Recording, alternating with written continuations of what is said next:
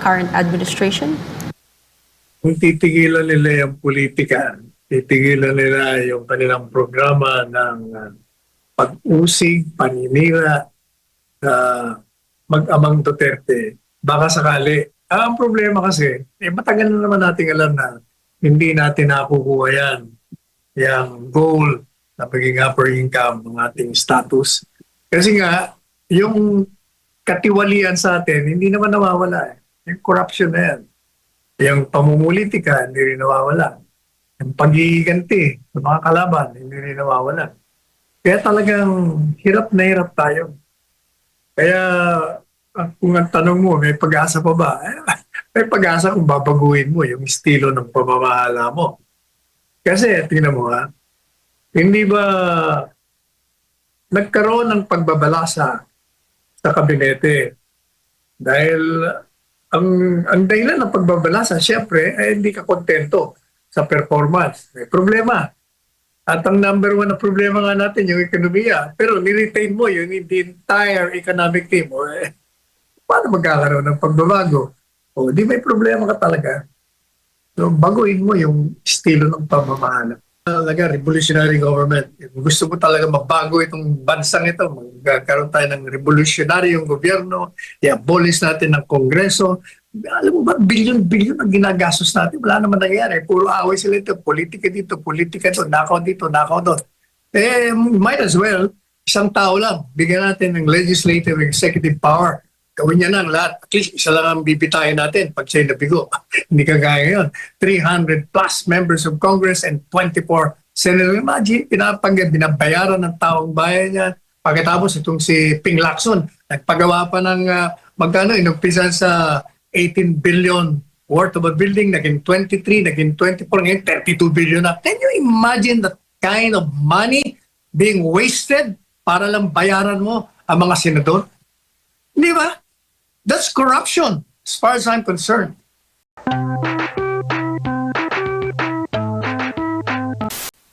Well, I find the comments of Senator Miggs amusing. Alam mo bakit? Wala namang, never naman ako nakakita ng Senate President na independent. Palagi yan towing the line of the administration. Whichever is in power. Palagi naman ganyan ang politika natin . Ang masasabing mga independent-minded, yung individually, yung mga senador, may kanya-kanyang tinatawag may kanya-kanyang republika. Pero kahit yun hindi pa rin nakakasiguro. Talagang palagi, depende sa kanilang political future. Kung makakabuti sa kanilang pananatili sa Senado, makakabuti sa kanilang reputasyon bilang senador, doon sila. Pero yung sasabihin mo, independent, tell that to the Marines. Para-pareho lang naman ng mga naging Senate President yan. Kung ano yung programa ng administrasyon, kung anong linya, doon sila. Wala pa ako nakitang kumontra dyan. Kung meron man bihirang-bihira. Siguro ng mga unang panahon. Bata pa si Isabel. At ano naman po ang komento niyo, Attorney Sal, sa pagkakaroon ng veteran block sa Senado? Mga veteran, apat lang sila. Di wala rin mangyayari. Apat ang veteran block. Tapos ang grupo naman ng mga Duterte, 5. Pagkatapos doon sa Dilaw, 2. Wala rin yan. Kanya-kanyang pagalingan dyan. Kaya na sila. Ang mahalaga, gumawa sila ng mga batas na tutugon sa pangangailangan ng ating bansa. Yan ang mahalaga dyan. Siguro kung kayo ay tumakbo, Attorney Sal, nitong nagdaang halalan at nanalo kayo, you'd belong to this block. Veteran block, kasi veterano naman kayo, Attorney Sal. Do not belong to any block. Hindi ba, if you will notice, kaya may mga naiinis sa akin kasi kahit na identified ako na ako'y abogado ni Presidente Duterte, tagapagsalita niya, hindi lahat ng mga nagtatanggol sa kanya, kinakampihan ko. Kasi nga, pag mali, mali. Pag tama, tama. Hindi po pwede yung magiging blind ka loyal sa isang grupo na merong mga nandiyan sa loob ng grupo na alam mong ginagamit lang at mga tiwali din. Kaya hindi pa pwede eh. Kaya palagi tayong walang block, no block. Current administration? Kung titigilan nila yung politika, titigilan nila yung kanilang programa ng pag-usig, paninira, mag-amang Duterte, baka sakali. Ang problema kasi, matagal na naman nating alam na hindi natin nakukuha yan. Yung goal na pagiging upper income ng ating status. Kasi nga, yung katiwalian sa atin, hindi naman nawawala. Yung corruption na yan. Yung pamumulitika, hindi rin nawawala. Yung pag-iiganti ng mga kalaban, hindi rin nawawala. Kaya talagang hirap na hirap tayo. Kaya kung ang tanong mo, may pag-asa pa ba? May pag-asa kung babaguhin mo yung estilo ng pamamahala mo. Kasi, tingnan mo ha, hindi ba nagkaroon ng pagbabalasa sa kabinete dahil ang dahilan ng pagbabalasa, syempre, hindi ka kontento sa performance. May problema. At ang number one na problema nga natin, yung ekonomiya. Pero niretain mo yung the entire economic team. O, paano magkakaroon ng pagbabago? O, di may problema ka talaga. So, baguhin mo yung estilo ng pamamahala. Aside sa pag-address ng katiwalian sa gobyerno, Attorney Sal, do you have any other specific measures that you'd like to suggest na kailangan na gawin ng gobyerno ngayon para ma-achieve itong goal nila to be an upper middle income country? Hindi i-focus, gaya na sinabi ko na kanina, i-focus mo doon sa pangangailangan ng taong bayan. Kailangan, ano ba ang mga kailangan natin? Kailangan mo ng infrastructure. Kasi yung ekonomiya mo, hindi lalago yun kung tayo ay mananatili dito lang sa ating bansa at hindi natin papapasukin yung mga mayayaman na investors. Kaya hindi tayo lumalaki. Paano naman papasok mga investors kung yung peace in order mo sa pag-amin mismo ng DILG Secretary, pati turista, they feel not safe in this country. Pagkatapos, pag tinanong mo mga investors natin, ang hirap mag-invest nyo, napakahirap ng bureaucratic proseso. Apart from meron ng corruption, merong lagay, ang tagal-tagal, pangatlo, sabi nila, yung infrastructure, magtatayo ka ng mga pabrika sa lugar nyo, mga kalsada nyo, yung pag-transport ng mga goods, wala, napakahirap. Ang inaatupag nga kasi politika puro politika at puro pagnanakaw ng mga tiwaling opisyalis. Yan ang problema talaga namin. Alright. Sabi niya, hindi pa siya nakapag-decide. Hindi ko naman maintindihan. Matagal nang pinag-uusapan yan Dapat by this time, meron na siyang decision yan. Whether, whatever version is that. Dapat by this time, yung mga assistant niya dyan, naibigay na sa kanya yung kung anong mga version ang naka-pending at kung ano ang pwedeng mag-reconciliation na gagawin. So dapat alam niya na kung ano pabor ka ba o hindi. At kung pabor ka, sabihin mo, kung itong version, gusto ko yan. Kung itong version, ayaw ko yan. O, ganun lang kasimple yan Kailangan talaga meron kang pag-aaral na ginagawa. Noong pang pinag-uusapan yung divorce bill na yan. Halfway through the administration, Attorney Sal, so the President should have a stand by now. Kayo po, Attorney Sal, pabor po ba o tutol? Matagal ko na sinabi sa programa natin yan. Pag hopeless na yung pagsasama ng mag-asawa at naapektuhan na yung mga bata, kailangan tanggalin mo na. At pabayaan mong hanapin nila ang kanilang kapayapaan at kaligayahan sa ibang partner. Gumawa sila ng iba. Without, of course, affecting yun naman mga bata Pag yan lumaki, naiintindihan naman nila. Kapag daraan din sila dyan, pagdating ng panahon. Alright, at sa issue naman ng suspension ng klase, Attorney Sal, sa mga pampublikong paaralan, pag-aaralan pa raw ng Malacanang ang mungkahi ni DILG Secretary John Vic Remulla na bigyan ng kapangyarihan ng DILG para magsuspinde ng klase tuwing may bagyo. Ayon kay Undersecretary Claire Castro, wala pang opisyal na tugon si Pangulong Ferdinand Marcos Jr. at sa ngayon, nananatili ang kasalukuyang sistema kung saan LGUs ang may kapangyarihang magdeklara ng class suspension. Nananawagan din ng Malacanang sa mga LGU na agad maglabas ng abiso at inatasan ng paglilinis ng mga drainage at paghahanda ng mga disaster response teams. Attorney Sal, kailangan ba ng DILG magkaroon ng kapangyarihan to declare class suspensions? Ayun yan. O yan, isang example yan. Matagal na yan. Ilang administrasyon na nakala. Palagi na lang yung problema. Dahil sinususpindi, late. Mga bata, nasa kalsada na, saka sususpindi. Hindi natin maintindihan. Simple-simple lang naman solusyon dyan. Gawin mo automatic. Pag typo number 1, edi gawin mo automatic. O kaya typo number 2, typo number 3, hindi. Depende. Depende sa, kasi may mga lugar na kahit na typo number 3, malakas. Sa iba, hindi. Kailangan meron kang i-grade mo na magkakaroon ka ng automatic na suspension without any official saying it. Whether LGU, mayor, presidente, gobernador, hindi na kailangan yan. Sistema lang ang kailangan, hindi ka natin maintindihan. Napakasimple ng mga problema. Hindi mabigay ng solusyon. Ano naman kailangan? Mga LGUs yan.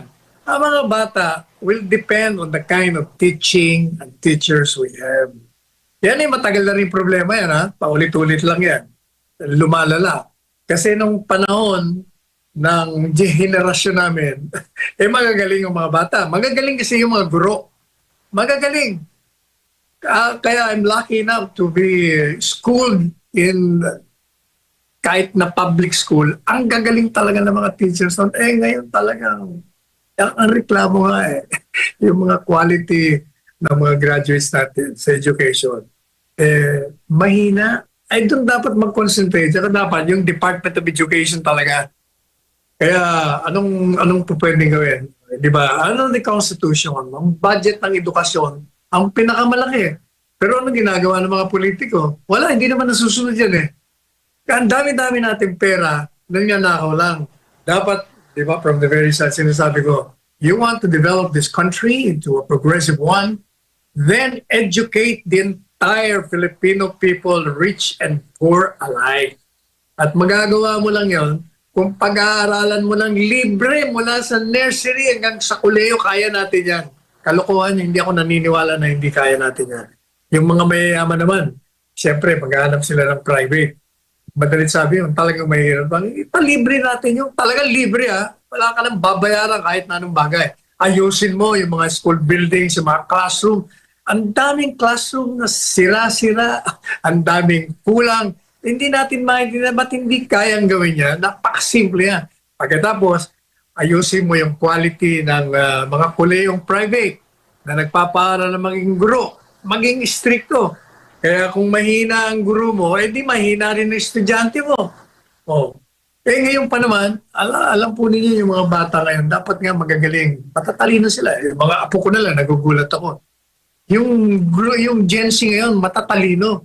Ang kailangan na lang nila guidance, yung magagaling din na teacher. Baka matalo pa nila pag nagkataon. Pero karamihan dyan talaga, ang mga magagaling, yung nasa nakakaangat. Kasi nandun lahat ang mga resources. Yung mga mahihirap, talagang hirap. Paano? Sa lahat ng bagay paano? Yun na lang kailangan mo, healthy body. Paano ka magkakaroon healthy body kung kulang ka sa pagkain, kulang ka sa sustansya, wala kang maidamit, maglalakad ka pa, maraming problema. Yan ang dapat mag-concentrate. Kaya kung ako ang may papayo natin kung sino ang magiging presidente, diyan kayo muna sa edukasyon ng lahat ng mga Pilipino, kahit na ilang libo, maniwala kayo. In fact, I told the former president, Duterte, sabi ko, ilan mga libong Duterte, pag yung Pilipino ay hindi edukado, hindi maiaangat ng gusto sa tunay na kalagayan na dapat nating mapaglagyan. So if you were the President currently, Attorney Sal, yun po ang number one priority niyo, education. O, yan ang, alam mo, hindi ba, hindi ba yan si Lee Kuan Yew? Nung maging presidente siya, pinag-aral niya lahat na Singaporean, libre. Tingnan mo sila ngayon. Where are these people now? Where is Singapore now? Economic giant. Magaling sila. Kasi nga, mga edukado lahat ng mga Pilipino. Kung edukado ba tayo, akala mo ba, bubutuhan nila yung mga tiwaling opisyal, yung mga clowns, yung mga nambebenta, nagbibili ng mga boto, nagpapatawa lang, tapos gagawin mo. Kasi nga, kulang ang edukasyon. Walang formal na edukasyon. Madaling mahikayat, madaling mabola, madaling may influensya, madaling bili. Kakapit. Mahirap eh. So malaki ang trabaho, Attorney Sal, ng Education Secretary ngayon. Sana mahabol niya ito lahat ng mga suggestions ninyo before the next administration. Tingin ko dapat talaga revolutionary government. Gusto mo talaga magbago itong bansang ito. Magkaroon tayo ng revolutionary yung gobyerno. I-abolish natin ng Kongreso. Alam mo ba, bilyon-bilyon ang ginagastos natin. Wala naman nangyayari. Puro away sila ito. Politika dito, politika doon. Nakaw dito, nakaw doon. Might as well, isang tao lang. Bigyan natin ng legislative executive power. Gawin niya lang lahat. At least isa lang ang bibitayin natin pag siya'y nabigo. Hindi kagaya ngayon. 300 plus members of Congress and 24 senators. Imagine, binabayaran ng taong bayan niya.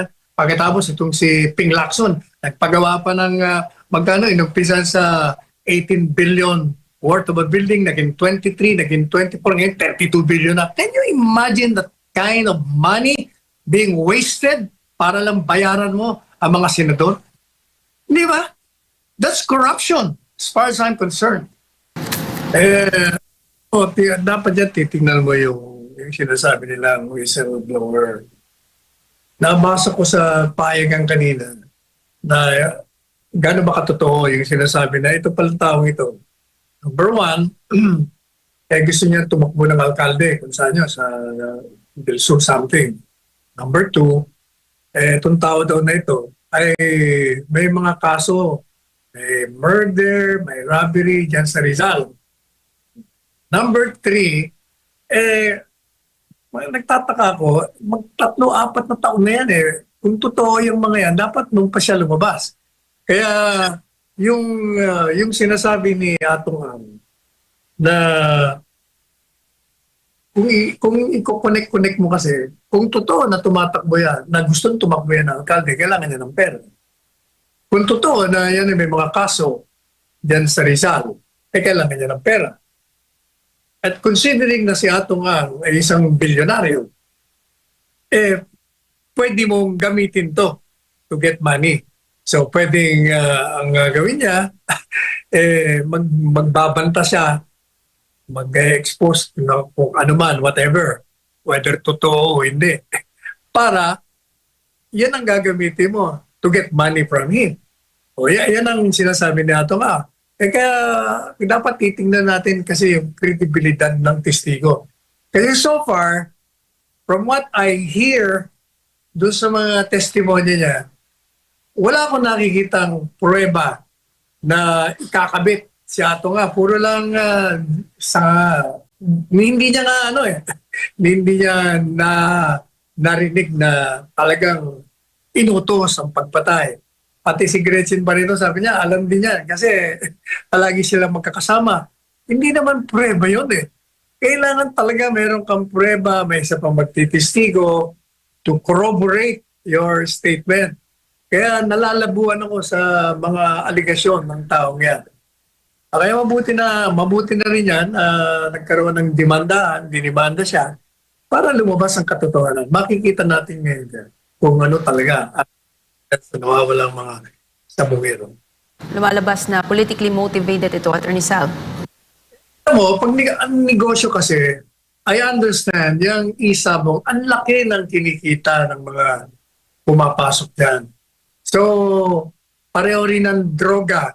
Nagkakaroon ng patayan dahil sa silusan, dahil sa unsihan. Most likely, baka ganyan din na nangyayari dyan.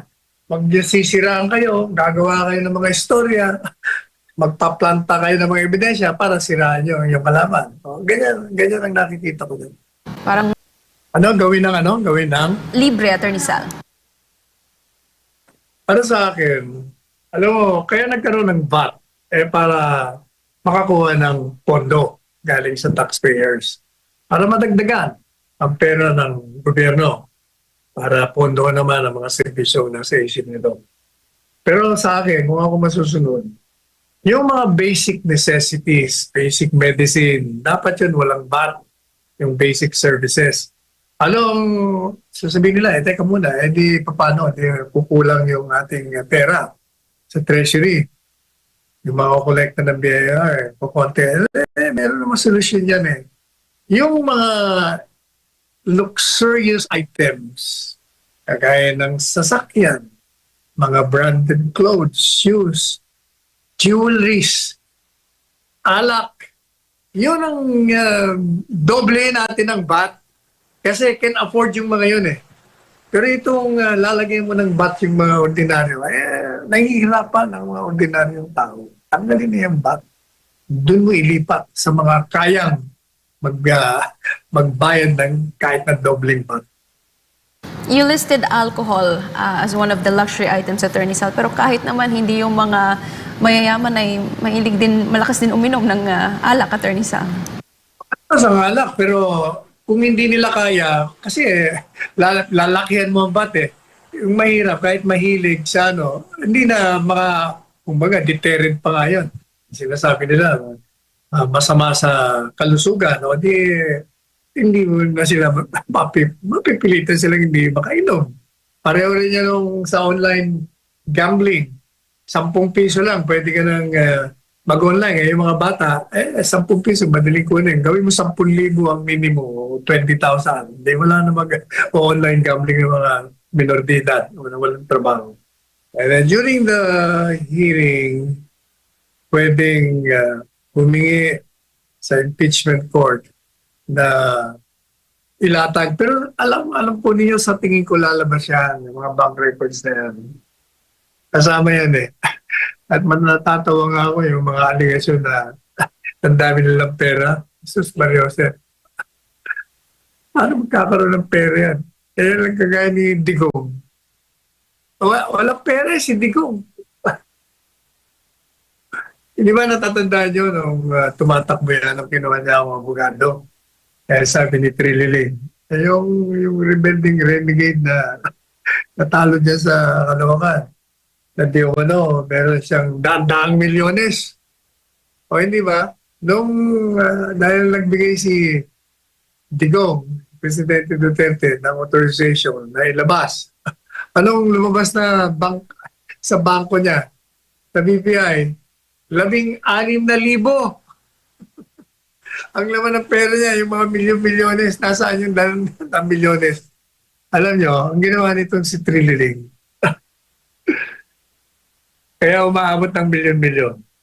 Pwede ba, pag meron kayong deposito, tapos hindi yung ordinaryong pwede niyong i-withdraw kung kailan niyo gusto. Madali sabi, magbibigay kayo ng 1, 2, 3 taon bago niyo mo-withdraw. Di yun, siyempre malaking interest doon. So yung mga deposito yun, ang ginawa nitong bugoy na ito, inad niya, di ba, kung nag-deposito ng 5 million, kung may naibenta siyang property, may minanang property, binenta niya. O kaya, yung sinidi yung sahod niya, umabot ng 5M. Pag yun ibinangko mo at sinabi mo, hindi mo kukunin yun ng 1, 2, 3, 4, 5 taon, pag dumating yung period within which na nag-mature na, hindi siyempre, mag-deposit ka na muli. I-roll over mo roll. Kung yung 5 million mo, kumita ng mga 300,000, di magiging 5,300,000 na yon. Pag ni-roll mo yon at mag-mature na naman, di siyempre, may bago ka na ng mga account. Ang ginawa ni Trililing, sinuma niya pinagdugtong-dugtong niya yung lahat na idiniposit at nag-mature at may rollover. Kaya umabot ng daang milyon-milyon. Yun ang nangyari. Na dapat hindi ganun. O kaya lumabas, yun, 16,000 lang ang pera niya sa bangko. Alright, and a comment from Mel on the go, Attorney Sal. Naku, Attorney, asahan na yung pagbagsak ng business ng isdaan sa Taal Lake dahil sa aligasyon ni alias Totoy na dyan tinatapo ng mga sabongero. Hindi naman siguro maapektuhan niya. Kasi alam nila, chismis.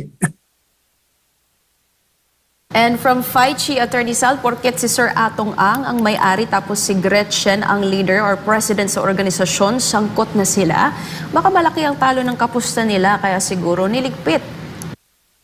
Okay, diba? Yun ang sinasabi ko sa iyo kanina na dahil malaking negosyo yan, hindi malayo dyan na siraan, tapos magpaplanta ng mga, nangyayari ngayon. Palagi ko ganyan ang nangyayari. And from CM Bang Attorney, ang problema kasi nitong Marcos Jr. admin, puro angkat ng agri-products kaya nalulugi ang mga local farmer. Iba yun din na sinabi ko kung hindi kahapon, before yesterday. Kaya wala, useless yung secretary ng agriculture na si Francis Yu Laurel. Walang nagawa rin. Pati si Presidente Marcos, siyempre, dahil siya nag-appoint yan, yung CC, mapupunta rin sa kanya. Kasi nga, angkat sila ng angkat. Kaya, ang mura ng bili ng palay, hindi naman nila tinutugunan yung problema ng mga magsasaka. Hindi ba, paulit-ulit na natin sinasabi, problema ng magsasaka. Kailangan, dahil ang liliit ng mga sinasaka lang, magkaroon sila ng cooperative para maganda ang pagtatanim. Marami, malaking lupa, ang lupain. Pangalawa, yung mechanized farming, hindi nila magawa kasi hindi nila kayang bumili ng mga traktor. Dapat tulungan ng gobyerno. Sabi nila, irrigation, kulang. Kailangan ng tubig. Gaganda yung tubo mo kung kulang ka sa tubig. Ano pa? Fertilizer. Kailangan daw nila yon. Tulungan sila. Ay, hindi naman tinutugunan eh. Kaya, yan ang problema. Kaya angkat tayo ng angkat. Sino kumikita? Pwede yung mga umangkat. Ang inatupag nila ngayon, Attorney Sal, ay yung 20 pesos na kilo, kada kilo na bigas, Attorney Sal. Kasi recently, they were seen together. No, gano'n na nga. Yun naman 20 pesos eh. Ang nangyayari doon kanino ba yon? Binili nila, kanino bang perang ginamit nila? Di sa taong bayan din. No? Puro kalokohan ang ginagawa nila. And another comment from Patato Tini, baka nga iugnay kay FPRRD ang pagsisiyasat sa mga nawawalang sabongero sa isang pagkakataon na balita noon na nagpapatulong si FPRRD kay Atong Ang kung paano ma-regulate ang sugal. Hindi ba, sinabi na natin kahapon yan. Hindi ako magtataka kung isasabit na naman nila si PRRD dyan. And from Mel on the Go, Attorney, agree on this, Attorney, kung mapag-aral ang mga bagong henerasyon, wala nang gagamitin ang mga politician para manatili sa politika. Kaya Filipinos should stay mangmang for them to stay in power for all times. Ganyan naman talaga yan eh. Kaya ayaw nilang ma-educate ang masang Pilipino. Mabuti ito mga Gen Z ngayon, mga millennials. Malapit nang maging majority. Katunayan yung nakaraan, ang I understand from the COMELEC, 62%. Kung hindi tayo nagkakamali. Ibig sabihin, 62% ang bumuo ng electorate ng Gen Z at saka ng millennials. Kaya nakita mo, nagbagsakan. Alam nila kasi, alam nila kung ano nangyari dito sa bansa. Nagbagsakan lahat na sumira, umusig, lumapastangan sa mag-ama. Bagsakan lahat. O yan. Thank the Gen Z and the millennials. Sila yun.